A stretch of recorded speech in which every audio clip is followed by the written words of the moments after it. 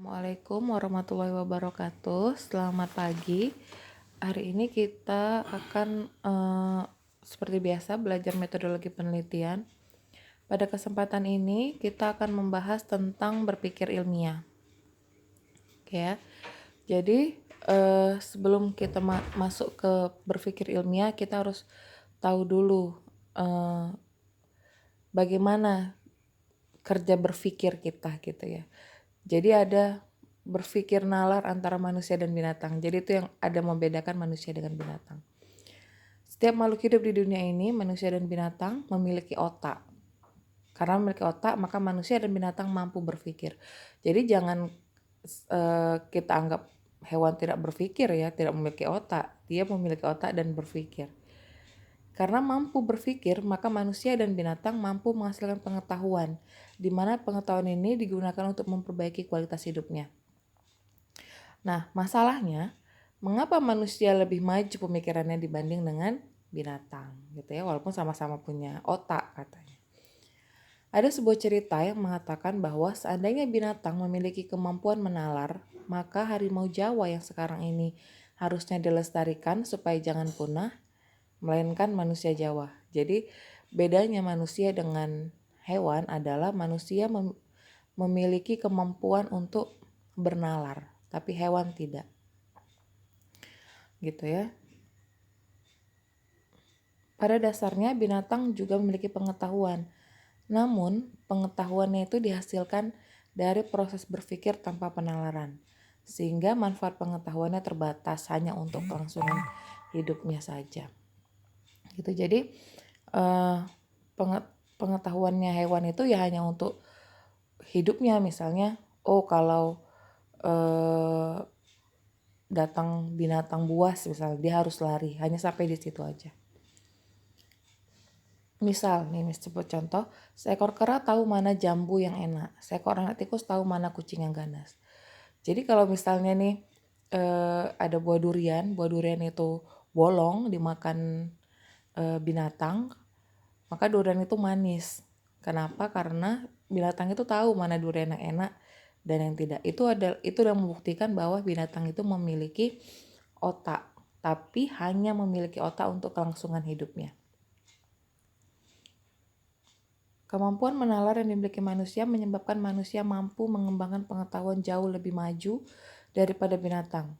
Bahkan manusia adalah satu-satunya makhluk yang mengembangkan pengetahuan secara sungguh-sungguh di bumi ini. Nah, jadi kelebihan yang diberikan Tuhan kepada manusia adalah selain memiliki akal, memiliki otak, dia juga dibekali dengan kemampuan bernalar. Jadi manusia ini bisa mengembangkan pengetahuannya. Hinggalah seperti saat ini ya, mulai dari seperti kita flashback pelajaran sejarah zaman dulu, ada Pithecanthropus, Meganthropus gitu ya, yang perilakunya hampir sama seperti hewan. Bahkan ada teori Darwin yang mengatakan bahwa manusia itu berasal dari monyet katanya. Kenapa? Karena memang manusia dan binatang anugerahnya sama. Hanya saja seiring perkembangan manusia memiliki insting menalar ya. Jadi penalaran itu yang tidak dimiliki binatang. Hinggalah adanya manusia kita saat ini yang serba canggih gitu. Manusia mampu mengembangkan pengetahuannya disebabkan dua hal utama, yakni penalaran dan juga bahasa. Nah, komunikasi kita luas ya. Kita bisa berbahasa apapun, bisa mendefinisikan apapun. Nah, binatang kan enggak. Binatang terbatas. Kita sesama manusia bisa saling berbicara. Di belahan bumi manapun bisa saling berbicara. Nah, hewan, kucing dengan monyet misalnya, itu tidak memiliki bahasa yang sama, tidak saling mengerti. Nah, itu juga menjadi hambatan untuk mereka jauh lebih berkembang. Dengan penalaran, manusia mampu mengembangkan pengetahuannya dengan cepat dan mantap.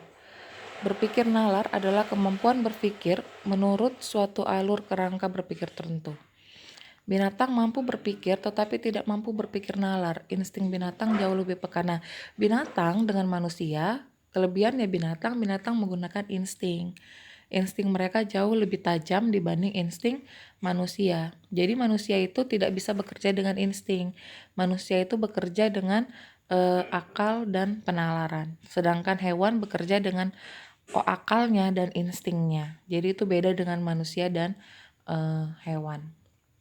Jadi binatang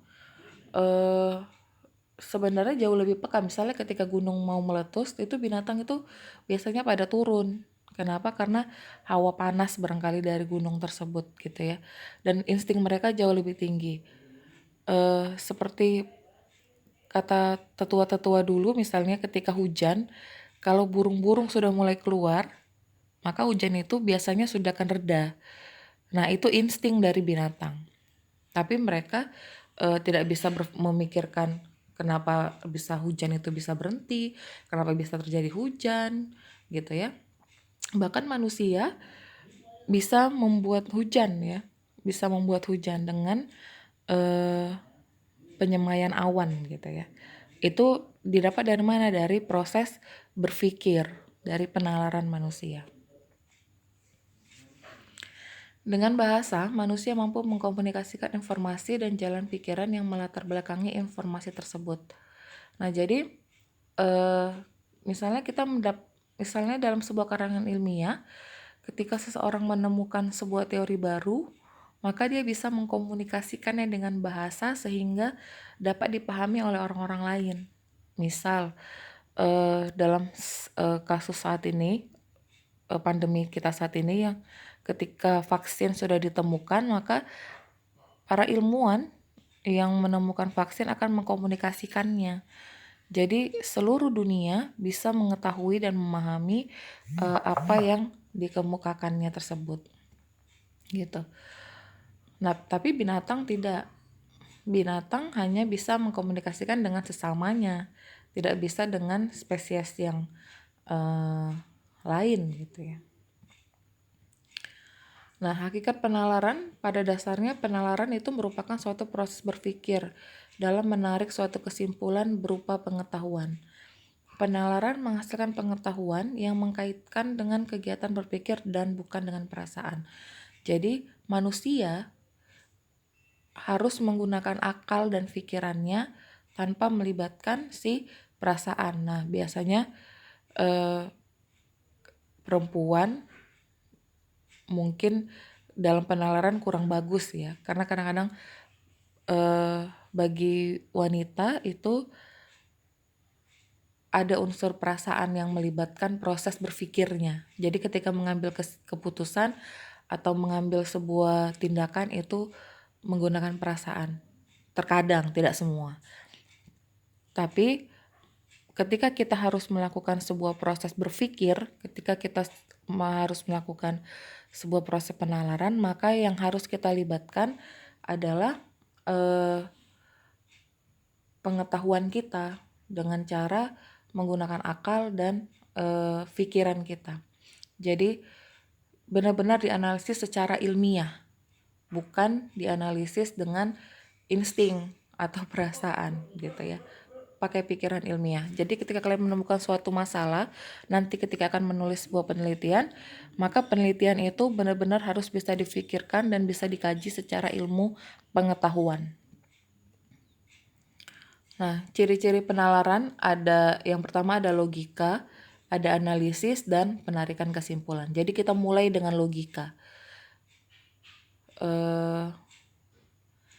Logika dapat dikatakan bahwa tiap bentuk penalaran mempunyai logikanya sendiri gitu ya. Atau dapat juga disimpulkan bahwa kegiatan penalaran merupakan suatu berpikir logis, di mana berpikir logis ini berkonotasi jamak bukan tunggal. Artinya suatu kegiatan berpikir dapat disebut logis ditinjau dari suatu logika tertentu.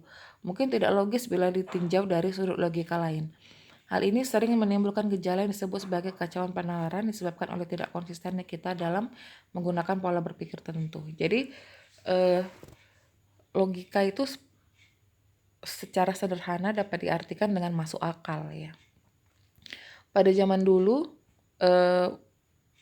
sudah diangan-angankan oleh penulis cerpen bahwa di zaman milenium katanya, di era milenium nanti manusia akan memakan kapsul katanya, tidak lagi makan dalam bentuk nasi. Pada saat itu logika berpikirnya salah. Nggak mungkin manusia itu makan lewat kapsul gitu ya, lewat serbuk minuman gitu. Nah, seiring perkembangan ilmu pengetahuan, dikaji secara ilmiah di laboratorium, maka saat ini kita temukan ada makanan yang dalam bentuk kapsul. Misal nih, contoh bagi wanita-wanita yang diet misalnya, dia tidak makan nasi, tapi dia makan kapsul atau dia makan serbuk yang dilarutkan dengan air, dan komposisinya itu sama seperti satu piring nasi. Kandungan gizinya sama seperti satu piring nasi. Jadi diekstrak dengan kapsul. Anak-anak tidak perlu lagi makan sayur. Kenapa? Ada suplemen sayur di dalam kapsul. Jadi kandungannya sama. Jadi logika berpikir itu memang kadang di satu sisi kadang seperti tidak masuk akal, tidak mungkin. Tetapi ketika dikaji secara ilmiah, sesuatu yang tidak masuk akal bisa menjadi logis, bisa menjadi mungkin. Tetapi tetap saja pada awal ketika kita mulai berpikir logika, sesuatu yang masuk akal, bukan yang tidak masuk akal. Kalau tidak masuk akal, mimpi misalnya, mengkaji mimpi misalnya, itu tidak mungkin dikaji secara ilmiah ya. Kemudian analitis merupakan suatu kegiatan berpikir yang menyadarkan kita pada suatu analisis, dan kerangka berpikir yang digunakan untuk tersebut adalah logika penalaran. Nah, balik lagi ke logika tadi, ketika kita menganalisis sesuatu, maka semuanya dianalisis berdasarkan kejadian real, berdasarkan akal pikiran manusia, bukan dengan perasaan. Jadi menganalisis sesuatu kita membutuhkan logika, membutuhkan suatu hal yang masuk akal untuk menganalisis. Jadi ada hal yang real, yang nyata di depan mata kita, kemudian kita analisis. Misal nih, bagi anak-anak akuntansi misalnya, ketika menganalisis perekonomian, jadi ada hal yang harus kita analisis dalam perekonomian kita di tengah-tengah pandemi. Maka yang kita kaji itu adalah sesuatu yang logis, yang masuk akal, bukan sesuatu yang fiktif atau yang berbau magic misalnya gitu ya. Jadi dia yang real dianalisis. Nah, kemudian yang terakhir adalah penarikan kesimpulan. Jadi berdasarkan logika kita dan kita analisis, lalu kita bisa melakukan penarikan kesimpulan. Penarikan kesimpulan ini kita lakukan berdasarkan analisis kita tersebut ya. Jadi suatu penarikan kesimpulan baru dianggap valid atau sah kalau proses penarikan kesimpulan tersebut dilakukan menurut cara tertentu gitu. Jadi ada tekniknya. Nanti ketika kalian membuat sebuah penelitian misalnya, ada namanya teknik pengumpulan data, ada teknik analisis data, ada metode dalam suatu penelitian. Nah, nanti efek dari belajar berpikir ilmiah ini akan kita terapkan pada metodologi penelitian ketika kalian menulis TA nanti ya. Jadi cara penarikan kesimpulan dimaksud adalah logika, di mana logika secara luas dapat didefinisikan sebagai cara mengkaji untuk berpikir secara sahih, secara benar ya. Nah, ini jenis-jenis penalaran. Penalaran ini ada dua, ada penalaran deduktif dan ada penalaran induktif. Nah, kita lihat satu-satu. Penalaran deduktif adalah cara berpikir di mana dari pernyataan bersifat umum kemudian ditarik kesimpulan bersifat khusus. Penarikan kesimpulan secara deduktif biasanya menggunakan pola berpikir silogisme. Nah, silogisme ini sebenarnya sudah pernah kalian pelajari ketika SMA barangkali, pada pelajaran bahasa Indonesia ketika penarikan kesimpulan secara deduktif ya, namanya silogisme. Jadi silogisme disusun dari dua pernyataan dan sebuah kesimpulan.